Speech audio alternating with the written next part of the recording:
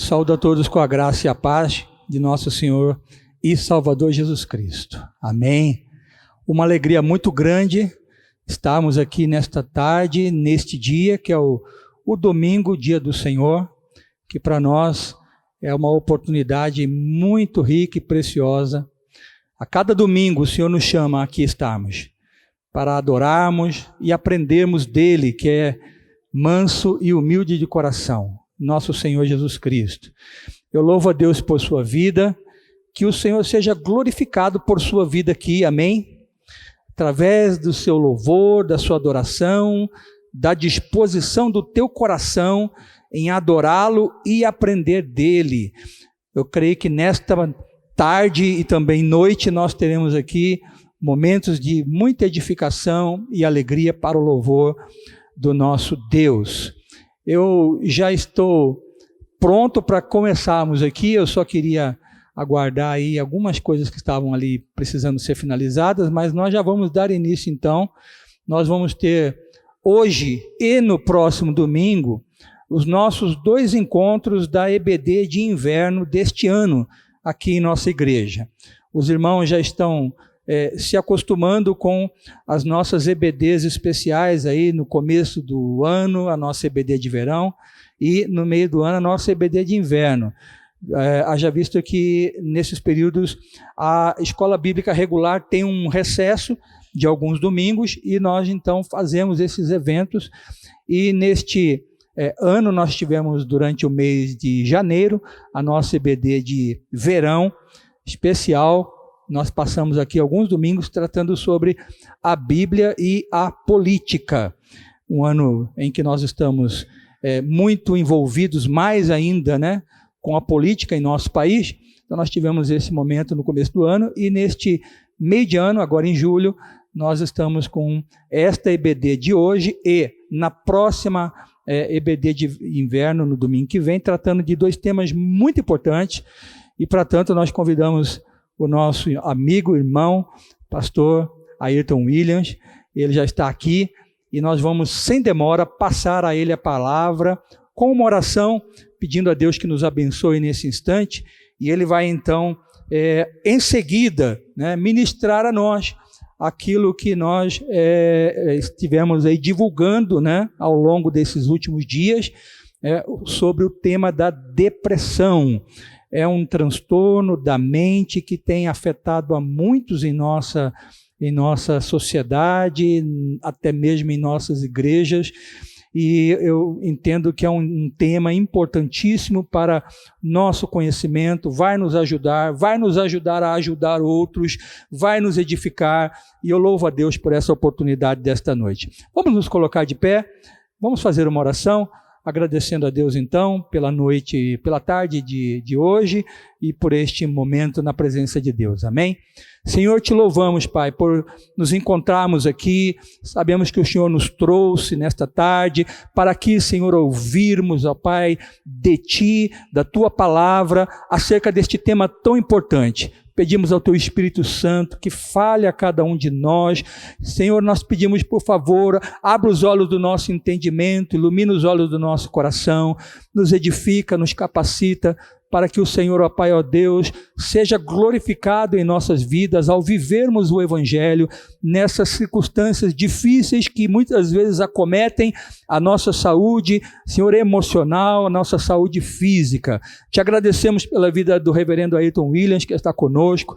Agradecemos ao Senhor pelo seu ministério, por sua igreja, por tudo quanto o Senhor tem feito, está fazendo e irá fazer através da instrumentalidade do teu servo, ó Deus, com a sabedoria que o Senhor tem dado a ele. Abençoa, Senhor, a sua família, seja com ele. Nós te agradecemos e pedimos. Fala conosco em nome de Jesus. Amém. Quero convidar então o reverendo Ayrton. Ele vai estar aqui tomando o microfone e com a liberdade de, nesse tempo, ministrar a nós como assim ele entender e dirigir. Obrigado, pastor. Irmãos, a paz, podem sentar-se. Só abrir aqui.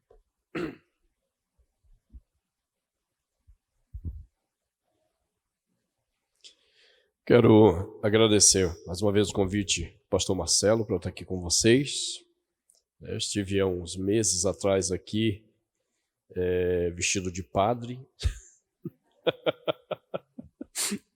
trazendo a palavra de Deus. Foi um prazer enorme para mim e a alegria de poder voltar, né? Como eu disse, é uma honra o convite para expor a palavra de Deus. E ainda mais quando é pela segunda vez, significa que o primeiro momento parece que eu consegui manter-me dentro da linha sem heresias.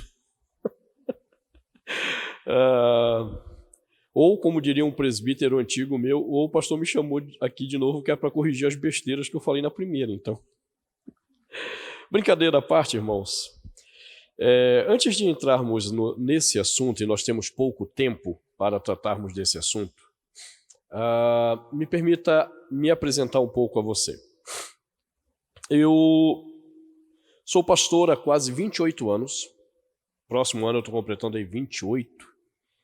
E nesses 28 anos eu tenho trabalhado 22 como conselheiro bíblico. Por que 22? Porque os outros anos eu trabalhei durante estudos em psicologia com uma perspectiva da psicologia. Depois cheguei à conclusão de que aquilo realmente não seria útil para um tratamento efetivo do coração da pessoa. Então eu fiz uma outra caminhada chamada integracionismo, que foi tentando conciliar o que eu havia aprendido de psicologia com teologia. Até que eu me dei conta de que realmente a Escritura Sagrada ela é suficiente para tratar todo o homem e o homem todo.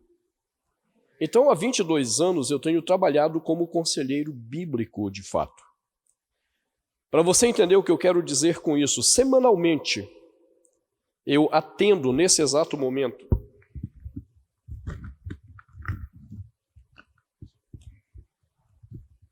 18 pessoas em processo de aconselhamento. Eu tenho uma equipe que foi treinada e é certificada em aconselhamento bíblico, que trabalha comigo, é a minha equipe de conselheiros. Nós formamos uma equipe de 15 conselheiros bíblicos treinados e certificados. Nós atendemos mais de 120 pessoas durante a semana, em processos de aconselhamento bíblico. Todos esses processos são gratuitos. Nós ampliamos a capacidade da minha igreja para chegarmos ao final do ano atendendo 200 pessoas, semanalmente. E já estamos prontos para isso. Agora, em agosto, vamos ter um novo treinamento de aconselhamento prático para certificação, onde nós esperamos ampliar em pelo menos mais 2 membros da nossa equipe de conselheiros. E a depressão é um assunto que eu lido já há 22 anos. Há 22 anos atendendo pessoas que sofrem com a depressão.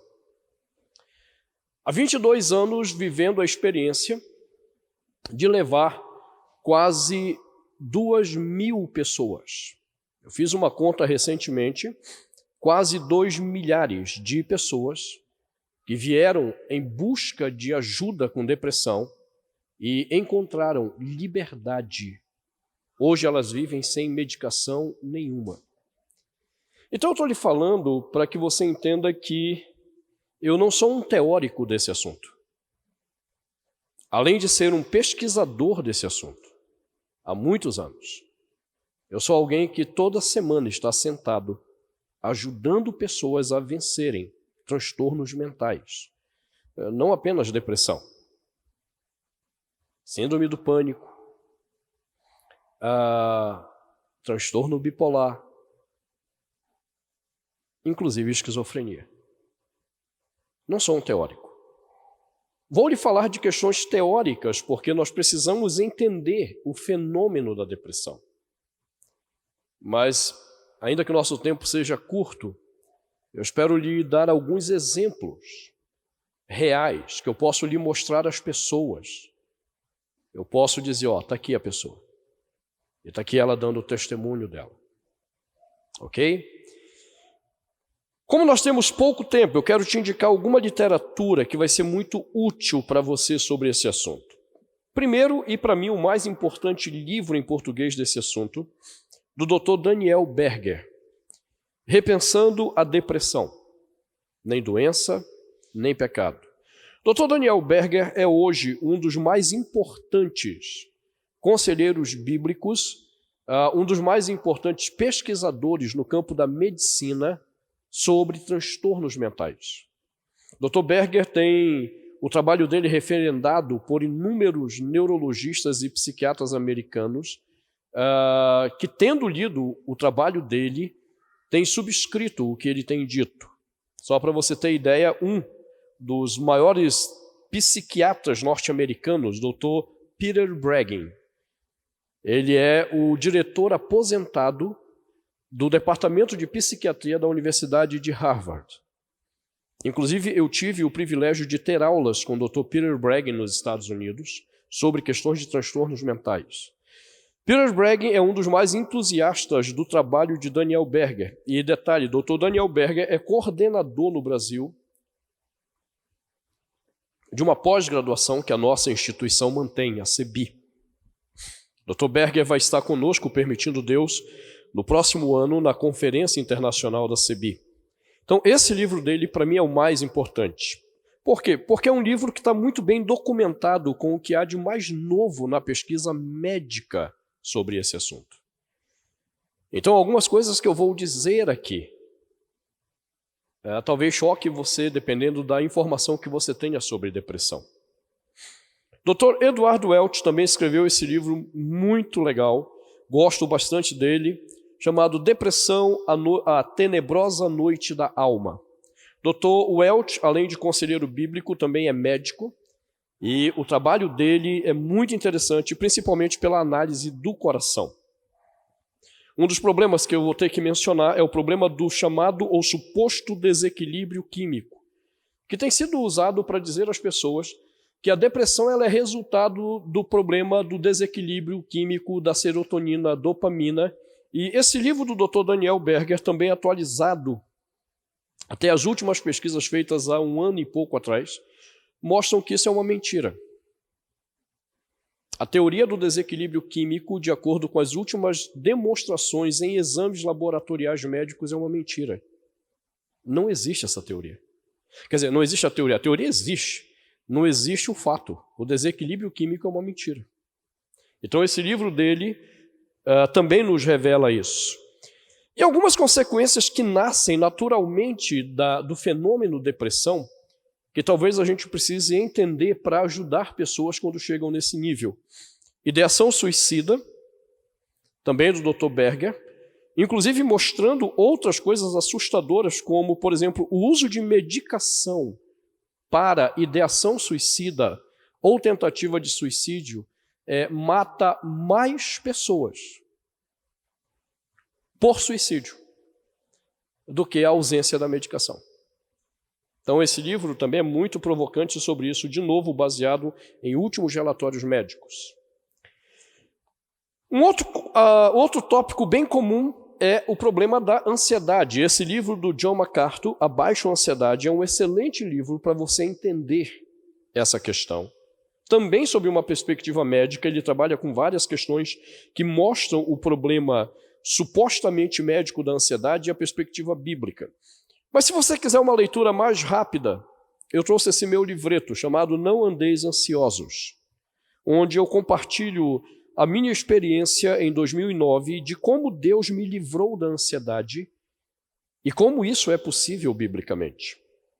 E ainda apenas para finalizar, mais 2 livros do Dr. Berger, A Verdade sobre o TDAH, onde ele mostra de novo o que os médicos estão dizendo recentemente, inclusive há um livro da Fiocruz. Se você sabe o que é a Fiocruz, você está entendendo o que eu estou falando. É a mais importante instituição de pesquisa médica do Brasil e é governamental, mostrando que o TDAH não é doença. E só um detalhe assustador, os últimos testes com Ritalina apenas mostraram que Ritalina é cocaína sintética dada ao seu filho. Depois de demonstrar isso, então, o Dr. Berger escreveu um outro livro. Já que TDAH não é doença, como é que você ensina uma criança a prestar atenção segundo a Bíblia? E esse livro ele escreveu para pais e professores. Então fica aqui a dica desses livros, eles estão ali atrás, caso você queira adquiri-los. E por fim, esse aqui é meu último livro, A Palavra de Deus em Nossas Mãos, Perigos e Delícias, onde na primeira parte eu procuro mostrar quais são os erros que a gente costuma cometer quando está lendo a Bíblia e o que seria ler de uma forma proveitosa e correta a Bíblia. E este meu livro, O Amor de Deus Derramado em Nossos Corações, que está praticamente esgotado, tem alguns poucos exemplares, de como que o amor de Deus em nós controla de fato o nosso comportamento e que fora da salvação ninguém ama. O amor do homem que não é salvo é falso, ele é mentiroso. É isso que é tratado nesse livro. Pois bem, tendo colocado e dado essas dicas de leitura, também fique muito à vontade para me perguntar a hora que você quiser.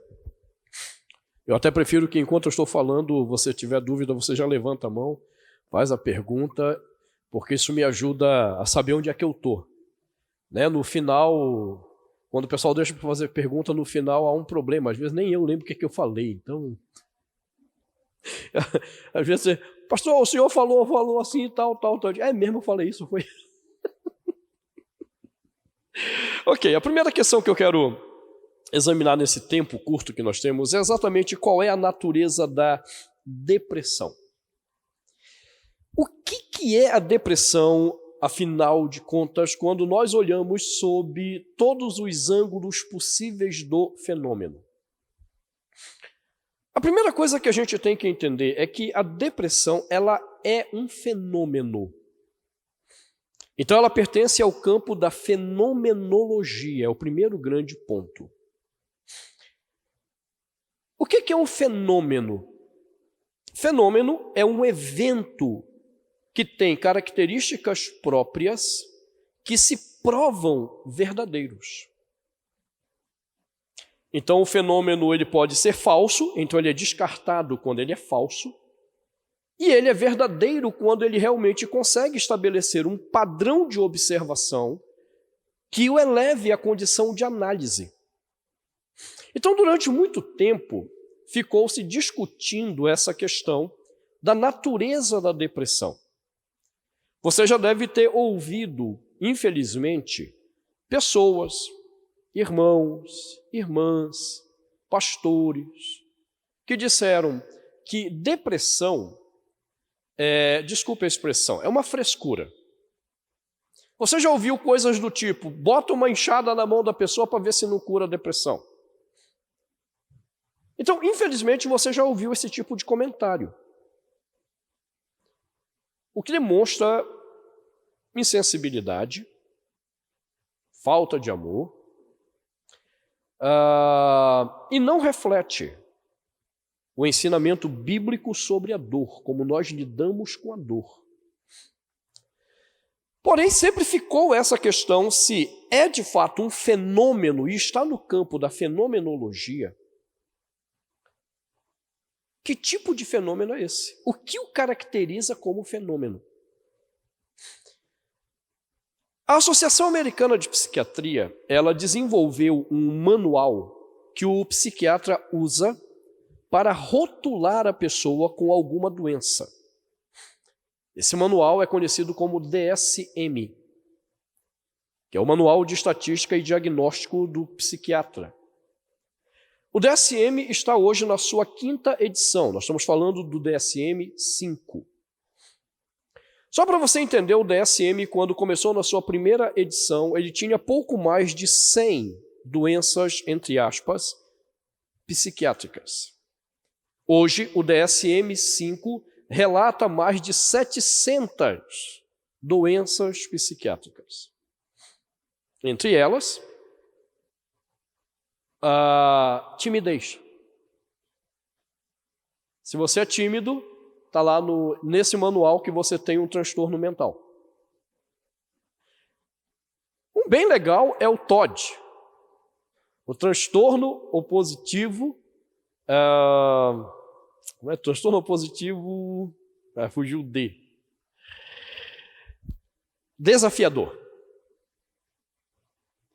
Ou seja, quando eu falo algo e você não concorda comigo, você tem TOD. Se o psiquiatra diz algo para você e você não concorda com ele, TOD. É por isso que chegou a 700. E há hoje um debate dentro da própria psiquiatria se eles não estão exagerando em querer patologizar comportamentos simples. Então, seja como for, o DSM-5, principalmente desde o DSM-3, ele vem tentando descrever o que seria o fenômeno depressão.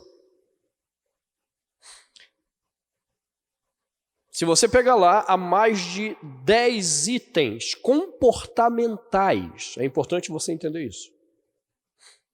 10 itens comportamentais que o DSM diz que se o psiquiatra encontrar pelo menos 5 daqueles ali, ele já pode diagnosticar como. É assim que funciona.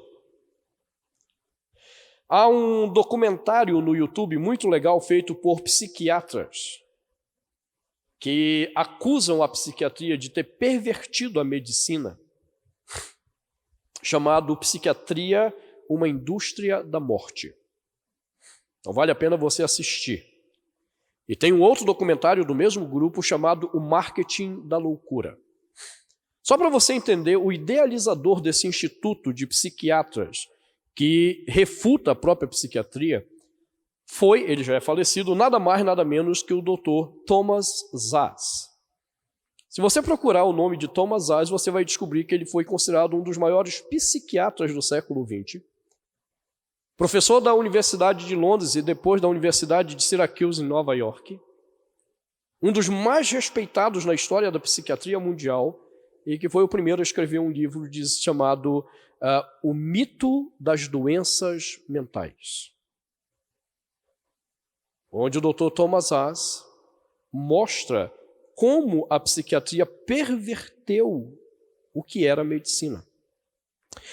E lá nesse documentário que eles fizeram, chamado Psiquiatria, uma Indústria da Morte, eles fizeram um teste bem legal para mostrar como isso funciona.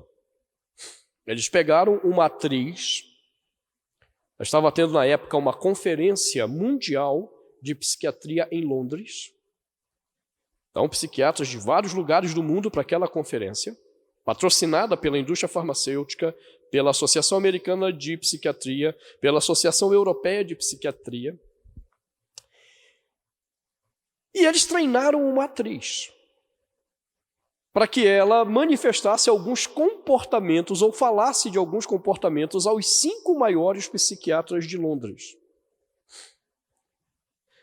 E eles filmaram, sabe aquelas câmerazinhas secretas? Filmaram. Então, depois dela expor os seus problemas, que eram os mesmos, para 5 dos maiores nomes de psiquiatras em Londres, cada um deu um diagnóstico diferente. E cada um passou medicação totalmente diferente. Então, esse grupo tem batido numa tecla de que o máximo que o DSM, esse manual, serve é para nos ajudar a entender o fenômeno. Mas ele não consegue dizer qual é a natureza do fenômeno. E em vez de achar 5, tem sido um consenso de uma década para cá que o fenômeno depressivo ele está atrelado a 3 características. Então, primeira característica. E observe só um detalhe, isso aqui é importante.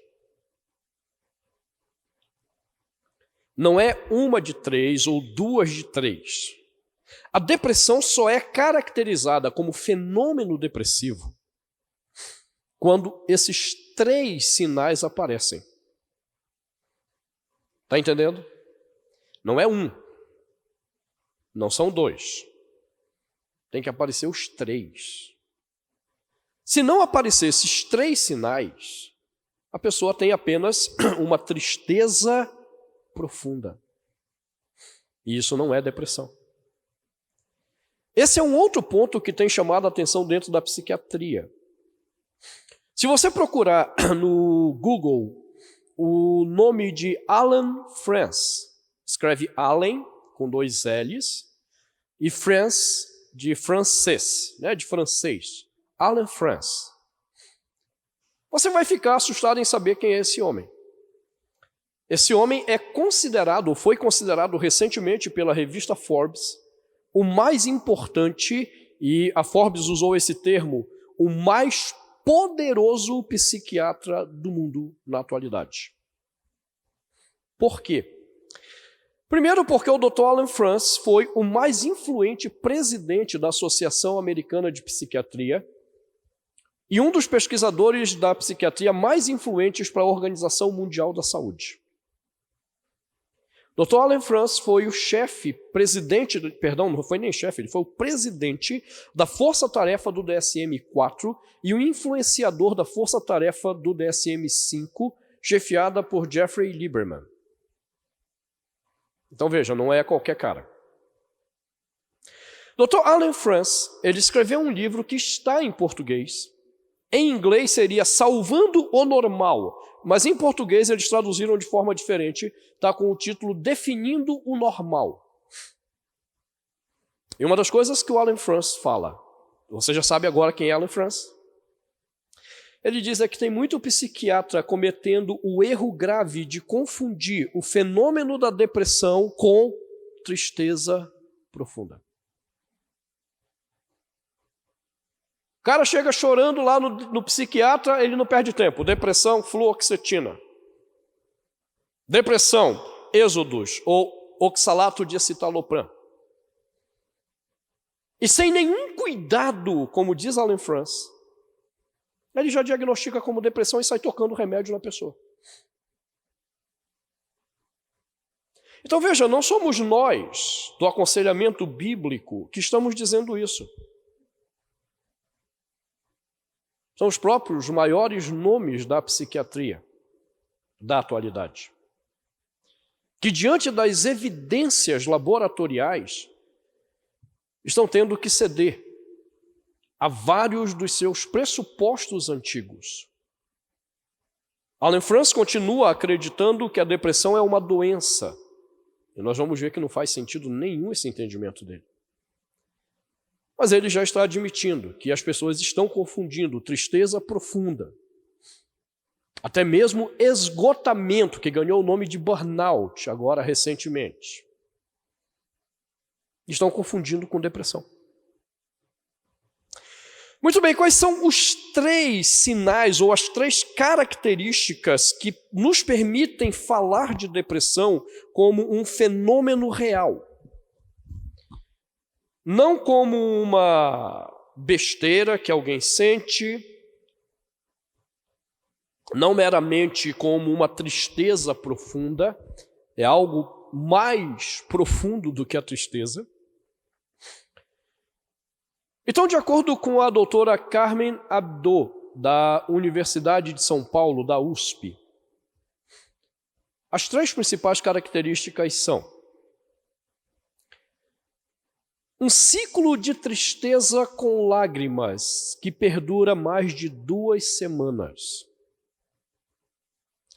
Alguns psiquiatras vão dizer 15 dias mesmo. A partir de 15 dias, se você tem um ciclo de tristeza profunda, marcado por lágrimas, por muito choro, choro incontrolável, choro que não se explica, eles dizem, nós estamos diante de 2 sinais. Isso não significa depressão. Significa que a pessoa está num estágio de uma tristeza muito profunda que pode ser indicativo da depressão ou não. E por enquanto, observe, eu estou falando do fenômeno. Eu não estou usando a linguagem doença. Porque o que nós podemos sentar junto com o psiquiatra, dar as mãos e dizer, ok, concordamos aqui, é que um fenômeno existe. No início desse ano eu estive lá em São Luís, E durante uma escola dominical, durante 3 horas, eu fui tratar desse assunto com a igreja. E foi bem legal porque tinham 2 médicos e nós podíamos dizer, ok, até aqui a gente concorda. É um fenômeno. E essa é a primeira característica, mas não indica que é depressão. Segundo fenômeno, esse aqui é um nome mais bonitinho, né? Anedonia. Anedonia é quando a pessoa perde o interesse, o prazer nas coisas que ela gostava. Ela ainda consegue se levantar e fazer o que ela tem que fazer, mas ela perdeu todo o interesse por aquilo. Antes aquilo lhe dava alegria, hoje ela está fazendo arrastada. Então veja, primeiro, você tem que ter um ciclo de tristeza marcado por lágrimas por mais de 2 semanas. Segundo, isso desemboca em anedonia. Porque pessoas tristes ainda podem ter prazer em várias coisas que sempre marcaram a sua vida. Pessoas tristes, por exemplo, podem ainda gostar de assistir a um filme para esconder ou fugir da sua tristeza. Podem até comer mais para fugir da sua tristeza. Elas sempre criarão mecanismos para ocultar aquela tristeza. Mas quando nós estamos falando do fenômeno depressivo, isso não é possível, porque vai desembocar em anedonia. A ausência do prazer. Todavia, isso ainda não caracteriza depressão. Isso ainda caracteriza uma tristeza muito profunda, mas que já não é comum encontrar de forma regular na tristeza. Em contrapartida, é comum encontrar de forma regular a anedonia em pessoas depressivas. E então vem a terceira característica que tem sido atestada, que fecha o diagnóstico do fenômeno depressivo. A perda do sentido da vida. É por isso que muitos casos de depressão desembocam em suicídio. Todo caso de depressão desembocará em suicídio? Não. As crenças que essa pessoa carrega sobre o valor da vida, sobre Deus, sobre família, impede que ela faça besteira, mas ela perdeu o sentido de viver. Para ela, tanto faz como tanto fez. A vida se torna uma grande bobagem. Ou, numa linguagem bem interessante bíblica, né? Tudo é vaidade. Lembram dessa linguagem? Eclesiastes. Tudo é vaidade. É interessante que a palavra hebraica ohel, ela não tem o significado de vaidade. Literalmente a palavra significa aquilo que não tem consistência. A imagem de ohel é um vento que passa e leva tudo que está ali no chão. Então, uma melhor tradução seria aquilo que é fútil. Tudo é futilidade. E a vida perdeu seu significado, perdeu seu sentido. Quando nós temos esses 3 sinais, aí sim, nós podemos começar a falar de depressão. O fenômeno está atestado. Agora, fenômeno atestado não significa que sabemos o que é. Sabemos o que caracteriza. É por isso que uma das principais críticas que médicos fazem ao DSM, a esse manual de diagnóstico e estatística dos transtornos mentais, é que o DSM não diz qual é a natureza daquilo que ele fala. Procure uma definição no DSM dos chamados transtornos mentais. É um nariz de cera. Cabe qualquer coisa. A nossa instituição, a CEBI, ela tem um curso de aconselhamento bíblico em nível de pós-graduação e também de capacitação. Inclusive, ali atrás tem um panfletinho como esse aqui, se você quiser conhecer os cursos da CEBI. E há uma matéria que é dada por mim, ou outro professor nosso, pode ser eu, pastor Dejaci ou dona Daisy, que lecionamos, chamado Biopsiquiatria, onde nós analisamos essas questões médicas. E nós examinamos exatamente como que o DSM caracteriza transtorno mental. Meu amigo, serve para qualquer coisa. O médico pode usar, o feiticeiro da tribo indígena pode usar, o xamã pode usar. Entenda, para você compreender o que eu estou falando, não é uma crítica de um cara que tem problema com psiquiatria. Você sabe quem é que diz isso? Jeffrey Lieberman, atual presidente da Associação Americana de Psiquiatria, autor do livro A História da Psiquiatria, que, para nossa felicidade, está em português, porque desmascara a ideia de que a psiquiatria é medicina objetiva. E o Jeffrey Lieberman fala exatamente isso, o presidente da Associação Americana de Psiquiatria, que presta relatórios para a Organização Mundial da Saúde. Transtorno mental é uma definição no DSM que atenderia a um xamã, bruxo, curandeiro, pastor, padre. Essas são as palavras de Jeffrey Lieberman. Então veja, o DSM não explica a natureza do problema que ele descreve. Compreenderam essa frase? O DSM não explica a natureza do que ele descreve. Ele consegue descrever o fenômeno. Mesmo assim, ele consegue descrever mal. Veja, lembra do exemplo em Londres da atriz que foi a 5 psiquiatras diferentes e cada um com DSM na mão deu diagnósticos diferentes? Com medicações diferentes, é porque o DSM também não consegue explicar direito. Ele consegue explicar alguma coisa para nos dar um rumo.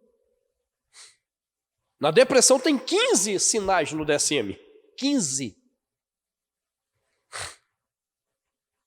Quando, na verdade, só 3 são legítimos. Ou seja, não é um manual muito confiável. Em todo caso, o que é, afinal de contas, a depressão? De acordo com a Associação Americana de Psiquiatria e Psicologia, a depressão é uma doença. E, até um tempo atrás, era a doença do século. Agora estão falando que é a ansiedade. Entenda. Eu acho que a ansiedade é um sério problema, eu não estou dizendo que não. Meu questionamento é se é uma doença. Só para você entender a gravidade da ansiedade, no ano passado eu tive Covid. –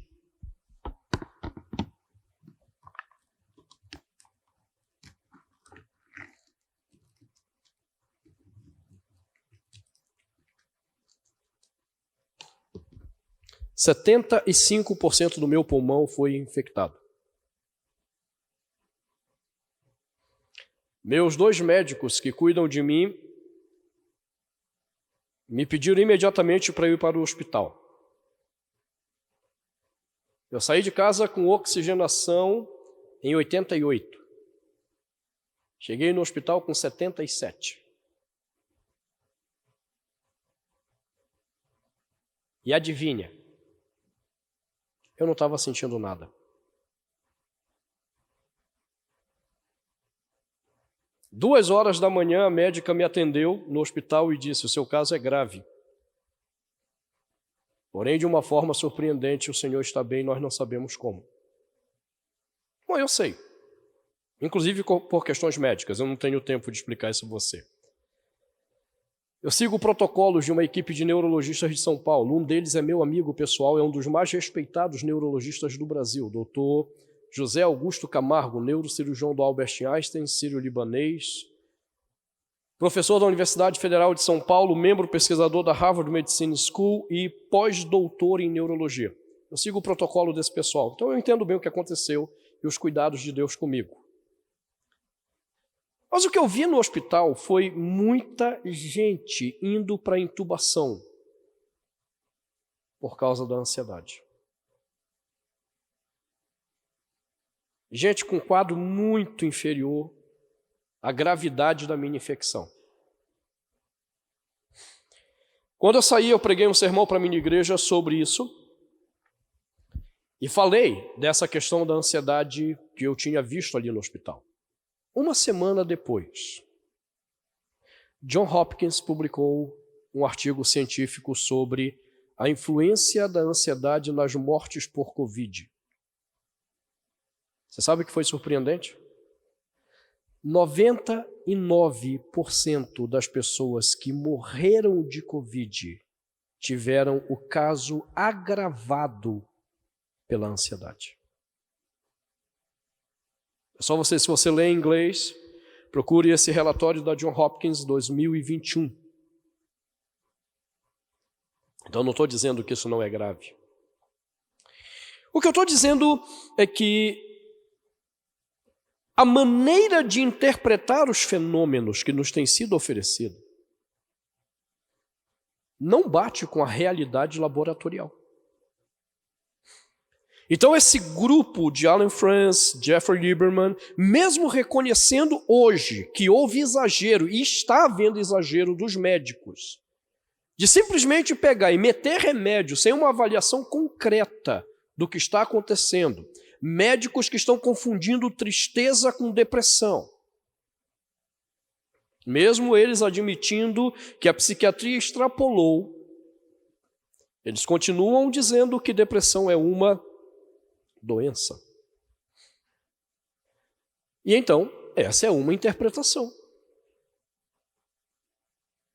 Veja, nós temos um construto, esse é o termo técnico que se usa no campo da psiquiatria, um construto para nos dizer o que é a depressão. O construto é uma formulação filosófica ou ideológica para explicar um fenômeno.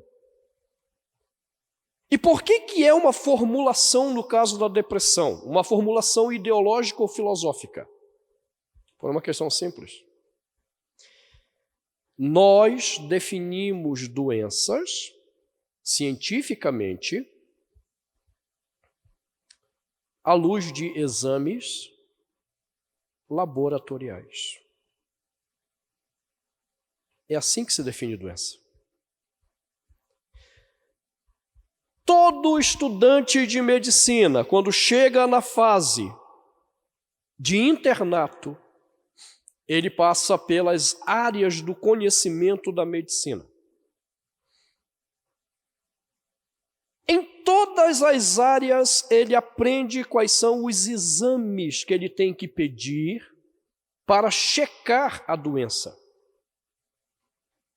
Porque os exames vão identificar o que é chamado na medicina de marcadores biológicos. Marcadores biológicos. Porque existe proteína X, Y, Z, porque existe a situação do sangue X, Y, Z, a doença é X. Você pode fazer um exame de câncer aqui em Brasília, não satisfeito ir para São Paulo, não satisfeito ir para os Estados Unidos, não satisfeito ir para a Europa. Você pode ir para a Ásia e adivinhe o que vai aparecer em qualquer lugar que você for fazer o exame para ver se você tem câncer. Câncer. Porque isso não está sujeito à análise interpretativa do médico. Está lá marcado no seu corpo, os marcadores biológicos estão lá. Tuberculose. Quer ver uma coisa mais louca? Covid. Como é que os médicos sabem que você tem uma Covid e não uma gripe simples? Porque existem marcadores biológicos identificáveis do que é uma coisa e do que é outra.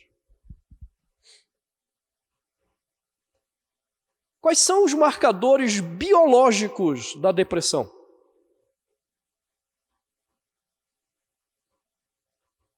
E a resposta será: não existe.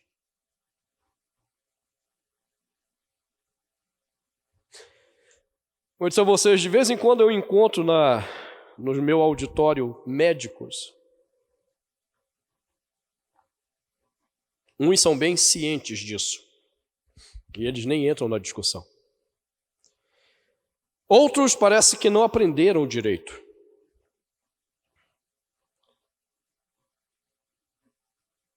Às vezes tentam me dar uma carteirada. Outros são mais humildes.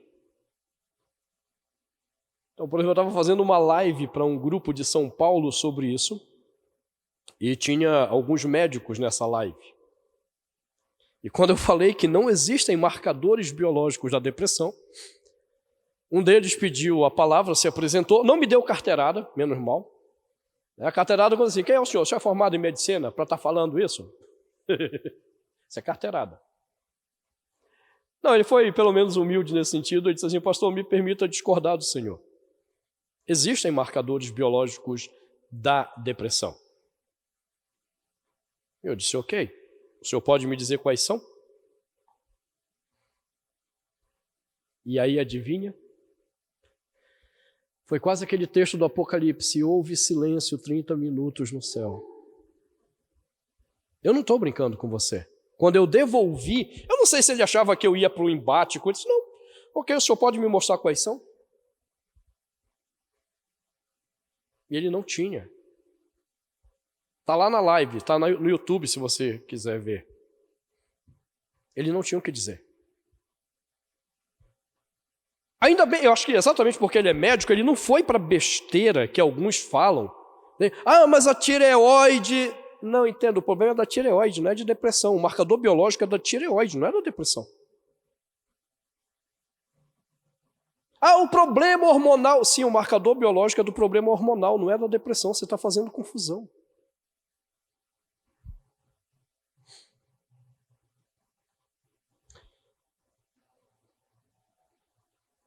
Agora, se isso não é suficiente,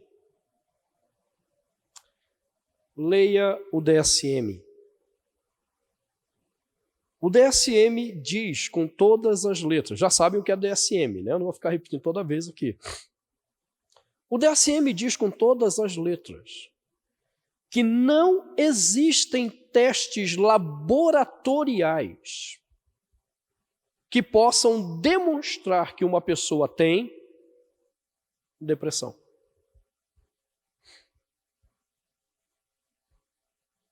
Está lá. Então me surpreende quando eu encontro médicos que dizem para mim: ah, mas nós temos marcadores biológicos. Uau! Esse médico deveria estar na Universidade de Harvard. Porque os principais nomes da psiquiatria mundial que fizeram o DSM estão dizendo: não existe. Então ele deveria ir lá ensinar para esses médicos que escreveram o DSM, porque, coitados, estão perdendo a oportunidade de provar a tese que é uma doença. Por causa disso, eles aventaram a possibilidade do famoso desequilíbrio químico.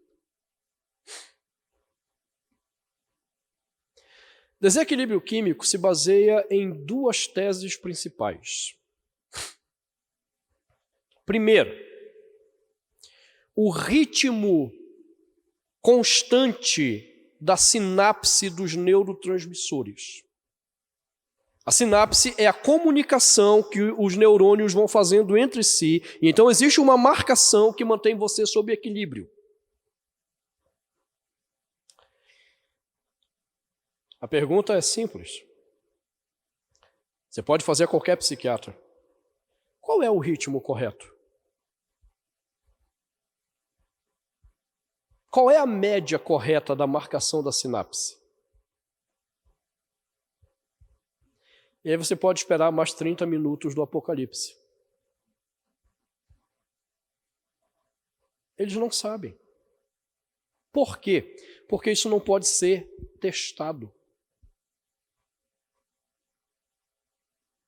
Nos últimos estudos, de acordo com esse livro do Dr. Daniel Berger sobre o desequilíbrio químico, inclusive pessoas que tinham um ritmo de marcação de sinapse inferior ao que supostamente seria normal, estavam bem, enquanto pessoas que supostamente estavam com a marcação da sinapse normal estavam deprimidas. Qual é o ritmo correto em que ocorre a sinapse?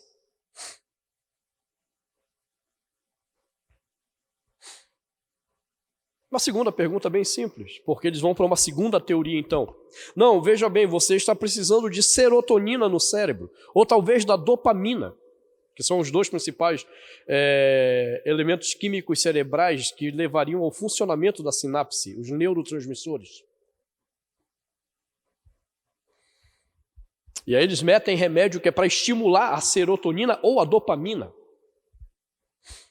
A pergunta também é simples. Doutor, qual é a quantidade normal de serotonina no cérebro? Ou de dopamina? E a resposta será? 30 minutos de silêncio do Apocalipse. Não existe. Não há nem como medir a quantidade de serotonina e nem de dopamina no cérebro de alguém. Só se sabe que existe lá. E à medida que os estudos laboratoriais continuaram sendo feitos, foi demonstrado que isso não tem nada a ver com a questão da depressão.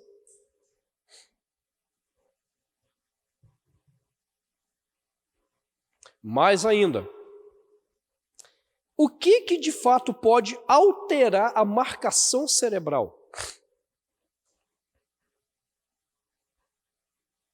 O comportamento.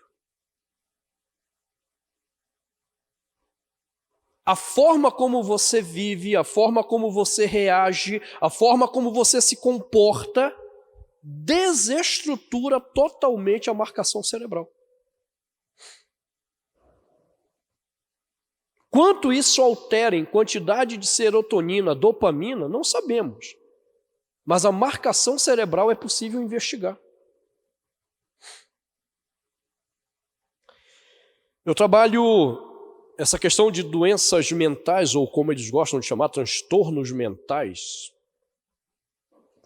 há aproximadamente 20 anos, 21 anos, logo que eu comecei o meu trabalho como conselheiro bíblico. E foi quando eu conheci o Dr. José Augusto Camargo. Uma irmã que era membro da igreja que eu pastoreava a igreja presbiteriana na cidade de Tietê. Ela me procurou porque o sogro dela estava acometido de muita possessão demoníaca. E os pastores já tinham ido lá para expulsar, e expulsava e saía, e voltava, e estava uma luta. Até o pessoal da Renovação Católica Carismática já tinham levado lá para expulsar o demônio, e o demônio persistia. Ou os demônios, né? E então ela me pediu para ir lá, para expulsar o demônio lá do sogro dela. E compreenda, eu creio em possessão demoníaca. Ok? Então o que eu vou dizer não é porque eu não creio, eu sou um cético. Não tem nada a ver com isso. Eu já tive, de fato, experiências com possessão demoníaca. Mas, via de regra, essa para mim não é a primeira explicação. Por uma questão simples, biblicamente, possessão demoníaca é um fato extraordinário e não ordinário. Não é uma coisa comum, é extraordinária. Então eu não vou em busca do extraordinário, eu primeiro vou olhar o que é o ordinário. E quando eu cheguei lá, esse homem estava, como diz a moçada antiga, né? Os novos não sabem o que é isso. Ele estava para lá de Bagdá, meu amigo. Ele não falava coisa com coisa. Estava tendo visões de bicho, de espíritos, estava ouvindo vozes. E eu sentei lá para conversar com o endemoniado. E à medida que eu fui provocando a conversa, era óbvio que não tinha demônio coisa nenhuma. Nessa época, o Dr. José Augusto Camargo me foi apresentado. Ele tinha acabado de chegar dos Estados Unidos com o mestrado dele na Johns Hopkins. Inclusive, ele havia sido convidado para permanecer nos Estados Unidos como médico efetivo da Johns Hopkins pelo Dr. Isaac Assargil, que foi considerado pela academia o neurocirurgião do século XX. E o José Augusto voltou para o Brasil, ele quis voltar para o Brasil. Se você chegar na clínica dele, você vai ver uma foto dele com o Dr. Isaac Assargil e a menção do convite para ele compor a equipe da Johns Hopkins. Então, José Augusto me ensinou muitas coisas sobre questão de neurologia que eu deveria estar atento. E uma delas é, o nosso cérebro tem marcações elétricas que mostram quando o cérebro está sendo agredido e quando não está sendo agredido.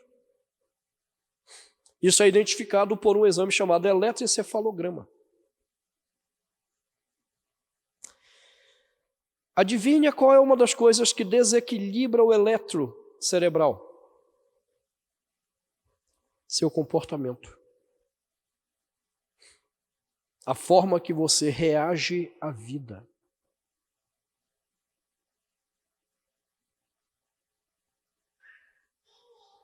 Muito doido isso, né?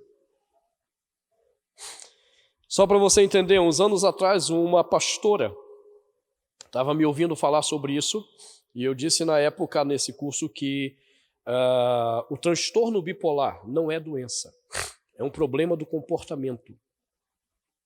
E ela trouxe uma moça, ela marcou um horário, e segundo ela fez isso que era para me desmascarar, só que eu não sabia, obviamente. Ela ligou piedosamente, preocupada com a ovelha dela, que há 3 anos estava sofrendo com transtorno bipolar, tomando medicação adoidado. E aí eu fui atender essa ovelha dela. A menina tinha no máximo 20 anos, não lembro, entre 19 e 20 anos, já tem alguns anos isso, aqui em Brasília. Eu lembro que essa menina chegou para a primeira sessão de aconselhamento e eu quase não consegui conversar com ela. Ela estava um palito, literalmente. Os ossos ali expostos de tão magra que ela estava. E o mais difícil é porque ela estava com um cacuete complicado. Ela falava com você esticando o pescoço, as veias do pescoço, o tempo todo. Então ela falava com você. E eu disse, eita. Porque quando eu era adolescente eu tinha um cacuete desse. E eu pensei, só falta eu voltar a ter o cacuete agora aqui e ela achar que eu estou zoando com a cara dela. Eu não estou brincando com você, eu tinha que desviar o olhar com medo de repente começar a fazer o mesmo. Pois é, né?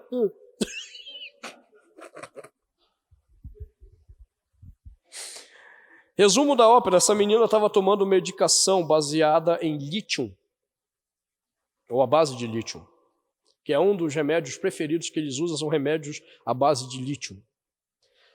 Ela estava tomando há 3 anos. E nesse caso, nós ensinamos, você precisa de um bom médico para uma avaliação. Não porque aquilo é doença, mas porque provavelmente o remédio já detonou a cabeça dela. E aí nós juntamos esforços, porque ela não tinha dinheiro para ir ao Dr. José Augusto. E a minha igreja, a igreja dela, decidiu custear toda a despesa dela e a pastora foi junto. E foi bem interessante quando elas foram e o doutor José Augusto olhou para ela e disse: o que é que te traz aqui? Eu tenho transtorno bipolar. Ele disse: não, eu não quero saber do que rotularam você. Eu quero saber o que é que você sente, só isso. Os rótulos não me interessam.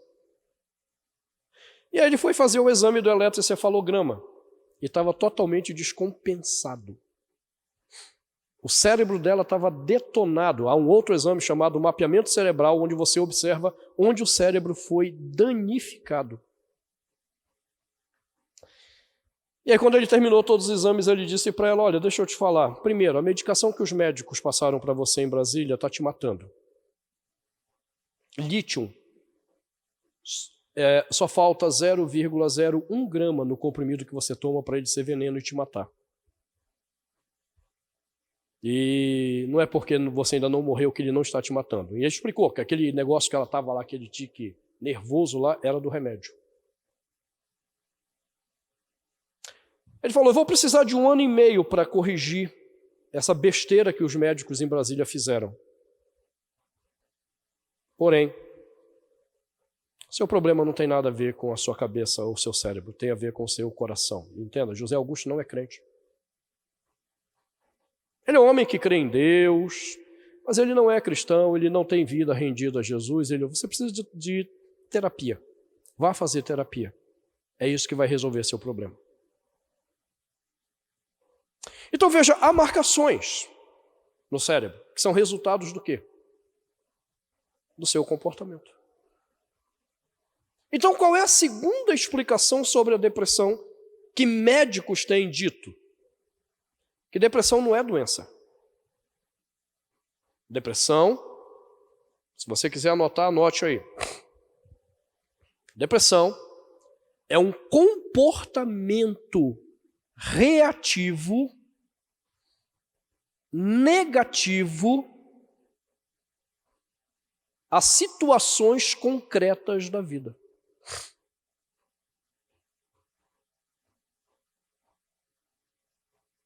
Depressão é um comportamento reativo, negativo a situações concretas da vida.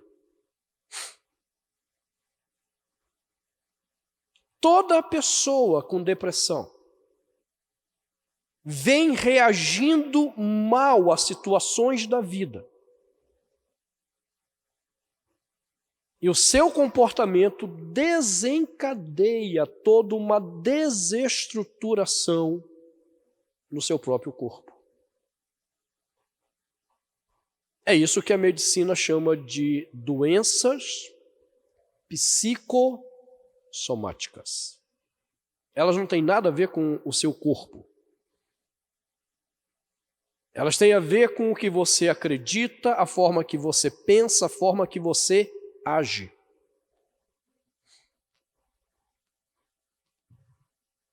Por isso que na visão do José Augusto, o que ela tinha que fazer era terapia. Quanto a ele precisava corrigir a besteira da medicação que estava sendo feita com ela. Essa menina hoje, mais de 5 anos essa história, isso foi lá nos idos de 2009, 2010, faz tempo, hein? Poxa, tem mais de 10 anos isso. Essa menina hoje é casada, mãe de 2 filhos, vive normalmente sem nenhuma medicação. Os médicos aqui em Brasília disseram para ela que ela ia ter que tomar aquele remédio para o resto da vida. De acordo com o José Augusto, ela teria mais poucos anos de vida porque o remédio frontal estava matando aquela menina. Então veja, há 2 formas de explicarmos o fenômeno. Uma é acreditar que é doença. Mas a pergunta é onde estão os marcadores biológicos que possa ser classificado à luz da própria medicina como doença? A outra é, depressão é um problema comportamental. A pessoa reagiu a situações de forma negativa e, por não saber lidar com aquilo, ela foi somatizando o problema.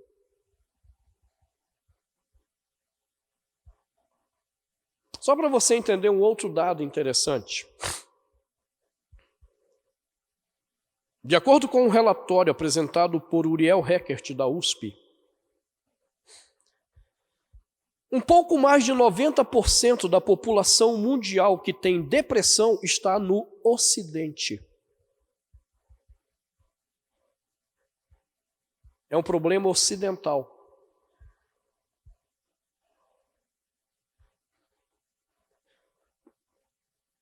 Cinco por cento está no Japão,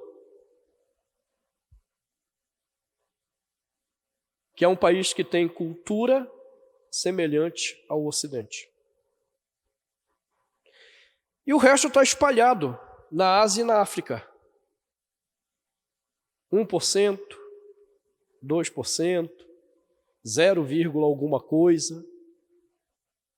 E essa é uma pergunta que pesquisadores têm feito. Por que o Ocidente é tão grande o problema? Por que essa, entre aspas, doença é tão seletiva? Porque não é doença. É o problema de um comportamento aprendido por uma cultura. Esse é um dos tópicos do livro do Dr. Edward Welch, quando ele vai mostrar o problema da cultura por trás do pensamento depressivo, nesse livro aqui. Ora, se está no campo do comportamento, se está no campo do que a pessoa com depressão acredita, está no campo da crença dela. Deus nos deu a única palavra que é capaz de sondar os corações, as nossas mentes, e trazer a nossa mente à sobriedade. Por que estás abatida, ó minha alma? Por que te perturbas dentro de mim? Espere em Deus, pois ainda o louvarei. Nós não temos tempo. Você sabe onde nós encontramos os 3 fenômenos da depressão na Bíblia? Em Timóteo. A segunda carta de Timóteo, capítulo 1, você vai encontrar os 3 fenômenos: ciclo de lágrimas, anedonia e ausência de sentido da vida.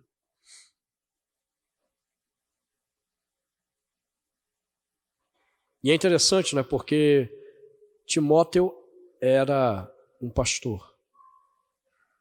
E a gente tem visto muitos pastores com depressão. Infelizmente, muitos se suicidando. Não é um fenômeno novo. Timóteo passou por isso. Interessante é que Paulo não falou em momento algum de remédio para ele. Paulo o tratou com ensinamentos bíblicos. Pois bem, irmãos, infelizmente o nosso tempo foi embora. É apenas uma introdução a essa questão, e o que eu gostaria que você entendesse é que, se nós olharmos sob a perspectiva bíblica, existe um outro caminho para se entender a depressão. Um caminho que não vai te manter escravizado ao remédio. Um caminho que vai trazer vida a você. E esse caminho, ele é encontrado de forma viva e poderosa, ou vivo e poderoso, na palavra de Deus. Como eu disse a vocês, há 22 anos eu ajudo pessoas com a Bíblia, ensinando-os a olhar sob a ótica de Deus e vencer. Mais recentemente, Deus me deu uma equipe de 15 conselheiros bem treinados e que tem ajudado pessoas pelo Brasil, porque alguns deles estão fazendo atendimento online, a vencerem a depressão, a vencerem a ansiedade, transtorno bipolar, síndrome do pânico, a vencerem a esquizofrenia. Não estou dizendo para você que esse é um caminho fácil, mágico. Estou lhe dizendo que é um caminho possível, verdadeiro e que se tem mostrado eficaz. Me permita só finalizar com uma palavra de Dr. José Augusto. Quando aquela moça foi lá e ele sugeriu para ela terapia, ele sugeriu que ela fizesse terapia reparativa, terapia cognitiva comportamental. Você sabe o que é baseado na terapia cognitiva comportamental? Mude a sua forma de pensar. Aprenda a reagir de outra maneira. David Burns é o pai criador dessa terapia. Você sabe quantas pessoas David Burns já curou, entre aspas, de depressão? Para mais de milhares. Esse cara está podre de rico. Só ajudando pessoas a vencerem a depressão e nunca mais tomarem remédio.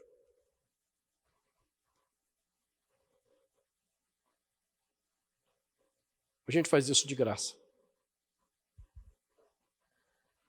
Há muito tempo. Há no mínimo 2000 anos com o evangelho da cruz e da salvação. E aí foi interessante que quando ele sugeriu para essa menina fazer a terapia cognitiva comportamental, ela olhou para ele e disse: quem me mandou aqui foi o pastor Ayrton. E quando ele ouviu, ele disse: faça o que ele disser a você, ele sabe o que fazer com você. A nossa equipe goza de respeito na clínica do Dr. José Augusto. E ele sabe que nós trabalhamos com a Palavra de Deus. Eu estive com ele em agosto do ano passado, e foi engraçado. Ele veio falar comigo citando algum texto bíblico. Ele deve estar lendo a Bíblia. Quem sabe o Espírito Santo o alcança e o salva.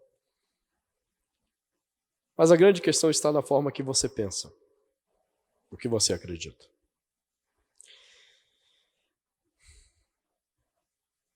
Quando eu termino palestras desse tipo, pessoas às vezes entram em contato comigo me pedindo para ajudá-los. Deixa eu lhe dizer, eu não tenho mais agenda. Como eu disse no início, eu atendo hoje 18 pessoas. 18 horas da minha semana é sentado ouvindo pessoas e ajudando pessoas a vencerem.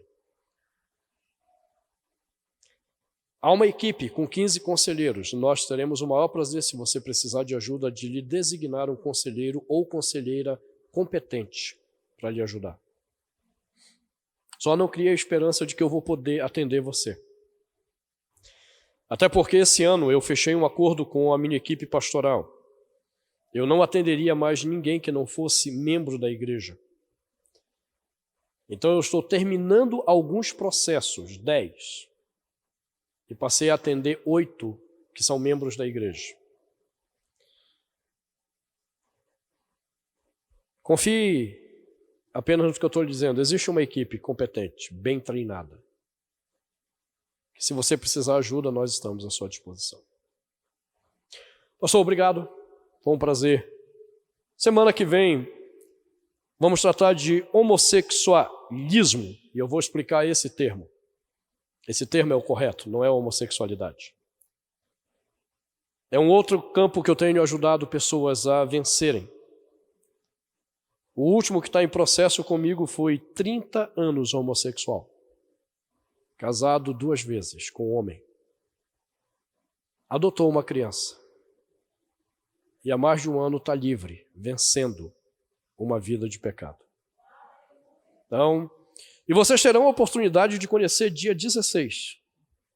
Jordan e Oshimini, na conferência de Pure Life que vai ter aqui. É um sábado à noite. Sexualidade redentiva. Jordan, durante 30 anos, mais de 30 anos, ele também foi homossexual. Envolveu-se com mais de 3.000 homens. Trabalhou no alto escalão da Disney. E hoje esse homem é um homem liberto, é o terceiro na liderança espiritual de um dos mais importantes ministérios nos Estados Unidos de redenção dos pecados sexuais. Então, dia 16, ele e Nate Dancer vão estar aqui. Quero reforçar o convite da igreja. Que você traga pessoas para ouvir. O testemunho do Jordan é muito poderoso sobre isso. Pastor, obrigado.